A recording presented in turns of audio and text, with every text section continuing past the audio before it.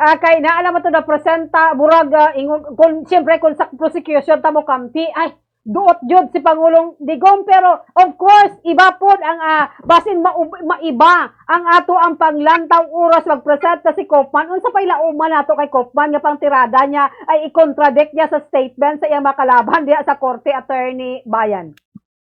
Ang opinion, ang iyang line of theory is based on ano ang kayuhan gyud nga nahimo ni Presidente Digong sa Pilipinas. Wala namang isa mahimo.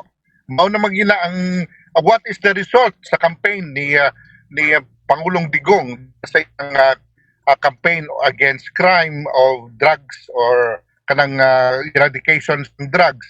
So makita naton statistic, magpakita sa statistics, ang drugs cases that time panahon ni Digong nawala compared to karon, compared to previous administration.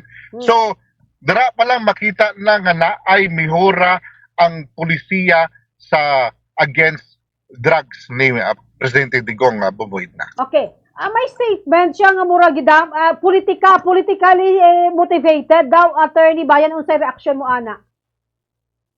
Posible may aragyapon politika na bumbuhid na. Depende sa dagan karon kung moabot tig 3 years mabutan ang election, may epekto sa election.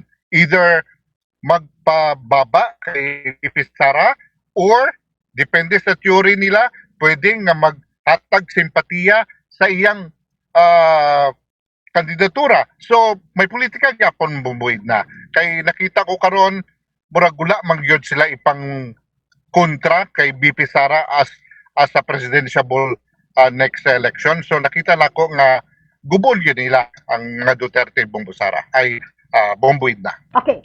In line with that, Attorney, kay kagahapon adunay 18 ka mga Marines nga may mga nag-press konto nga sumala pa si kabalo man ta si Trillanes, usa sa mga nagreklamo ani kang Pangulong Duterte. Si Trillanes daw nakadawat og kwarta gikan kang Saldico og $2 million, something ato gisuhol mo ng uban sa ICC investigator, Attorney Bayan. Murag nagsanga-sanga ng istorya ba sa in reline gihapon diha, Attorney Bayan?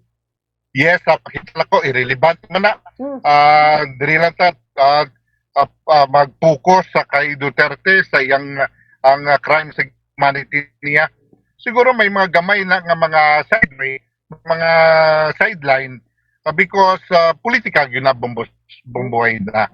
So kinanglan nga si Kaufman, kinanglan ang iyang dagan medyo focus yun siya on ara sang emotion on politics na may ara sang may politically motivated daw or confirmed. So dito ang iyang theory ana, the politically motivated kinsa ang paluyuan na damo sa gipanghambal nga may mga other government officials nga nagapaluyuan na. So pwede nga panghatag og point sa iya emotion plus para sa iyang kaso para kaya Digong bumbuid na. Okay.